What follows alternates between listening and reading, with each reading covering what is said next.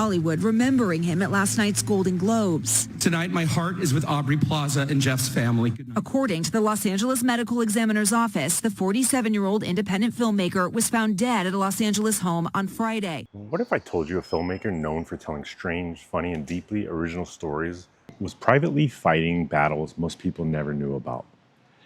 Today, I'm standing outside the Los Angeles home where director Jeff Baena's story came to a heartbreaking end. Jeff may not have been a mainstream Hollywood giant, but in the world of independent film, he built a reputation for making movies that were smart, darkly funny, and unlike anything else. He was married to Aubrey Plaza, most notably from Parks and Rec. And he helped create films that found loyal audiences and from the outside seemed to have built a life so many people would envy. But behind the art, the success, and the home you see behind me, things were far more complicated than they appeared.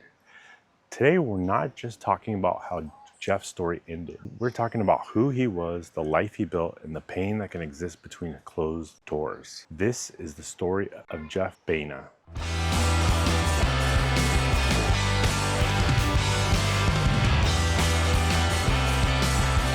What's going on, everyone? Welcome back to As Seen by Dave. Jeff Baena passed away in January of 2025. Born in Miami in 1977, Jeff studied film at NYU before making his way to Los Angeles to chase the dream that so many people could come here for. He got one of his first big breaks co-writing I Heart Huckabees in 2004, a film that became a cult favorite for its offbeat humor and deeper themes. But Jeff wasn't someone who wanted to stay behind the scenes forever. Eventually, he stepped into directing, and that's where he really found his voice. His first feature film as director was Life After Beth in 2014, a zombie romantic comedy starring Aubrey Plaza. It was strange, funny, emotional, and very much the kind of film that told you Jeff saw the world a little differently than most people. That film also highlighted something important in his life: his relationship with Aubrey Plaza. The two met in 2011 and quietly built a life together over more than a decade. They kept much of their relationship private, which is rare in Hollywood. While so many celebrity couples live in the spotlight, Jeff and Aubrey seem to value something different: privacy, creativity, and just being themselves. They eventually married in 2021 after 10 years together. And beyond the relationship, they were creative partners. Jeff often cast Aubrey in his films, including The Little Hours, Spin Me Around, and other projects that had his signature mix of awkward comedy, emotion, and unpredictability. A lot of people in the industry described Jeff as someone who brought people together. He was known for hosting game nights, building communities, and creating sets that felt like less work and more like family. That says a lot about a person, especially in an industry that can feel cold and transactional. But by the end of 2024, things had quietly changed. According to the Los Angeles County Medical Examiner, Jeff and Aubrey had been separated for several months before his passing.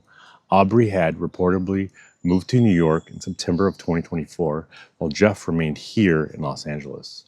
Like so many relationships, especially ones lived under the pressure of Hollywood and creative careers, they had been going through a very difficult chapter. And that's what makes the story even more heartbreaking. Even though they were separated, there was still a bond there. Years of memories, films they made together, and a life they had built over more than a decade. Reports say Jeff had been trying to work through things. He had started therapy in the months leading up to his death, and Aubrey had even become concerned enough at one point to ask a friend to check on him after he made troubling comments. That kind of detail really puts things into perspective. Because sometimes from the outside, people can look successful, talented, and still moving forward, but privately, they can be carrying pain that no one fully sees. In January of 2025, Jeff tragically unalived himself here at this home. He was 47 years old. The news shocked a lot of people, fans, friends, and especially those who knew him personally.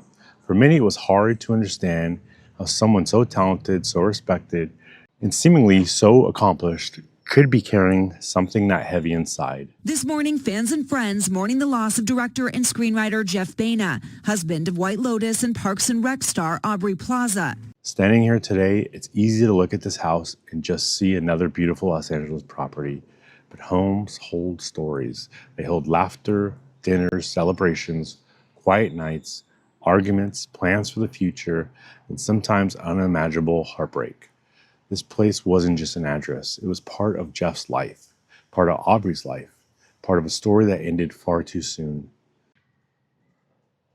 So here is the garage of Jeff and Aubrey's home, which is currently up for sale. I looked and it looked like she had placed it up for sale previously and then maybe lowered the price and put it up for sale again. It looks like it's currently in escrow, so somebody must have purchased it. But you can imagine how many parties, game nights that maybe Jeff held and Jeff and Aubrey held here during the years that they lived here together.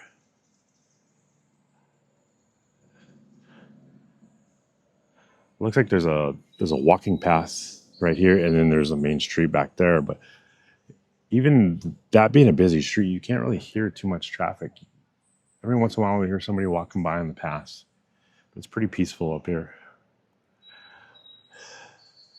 But yeah, you could definitely imagine Aubrey and Jeff having parties here, having celebrity friends over, their non-celebrity friends over, game nights, parties. But this was ultimately the house that Jeff unalived himself in January of 2025. He succumbed to his inner demons. Jeff leaves behind a body of work that may not have always been mainstream, but it mattered. His films had personality, they had weirdness, they had heart. And in a world where so many movies feel the same, Jeff made things that felt personal. That's a legacy worth remembering. And maybe that's what matters most when we come to places like this. Not the tragedy alone, but the person behind it. The dreams they had, the art they made, the people they loved, the moments they shared. Jeff was more than the way his story ended. He was a filmmaker, a husband, a collaborator, and someone who clearly left an impression on the people around him. Sometimes standing in places like this reminds us that life can change in an instant. So if there's someone you've been meaning to call, please check in on them. If there's something weighing on you, talk to somebody. If someone in your life seems off, please don't ignore it. Because you truly never know what someone may be carrying behind closed doors. Jeff's story is tragic, with a tragic ending. But his life and the art he left behind deserves to be remembered for far more than just this moment. As always, thanks for watching. Until next time, as seen by Dave.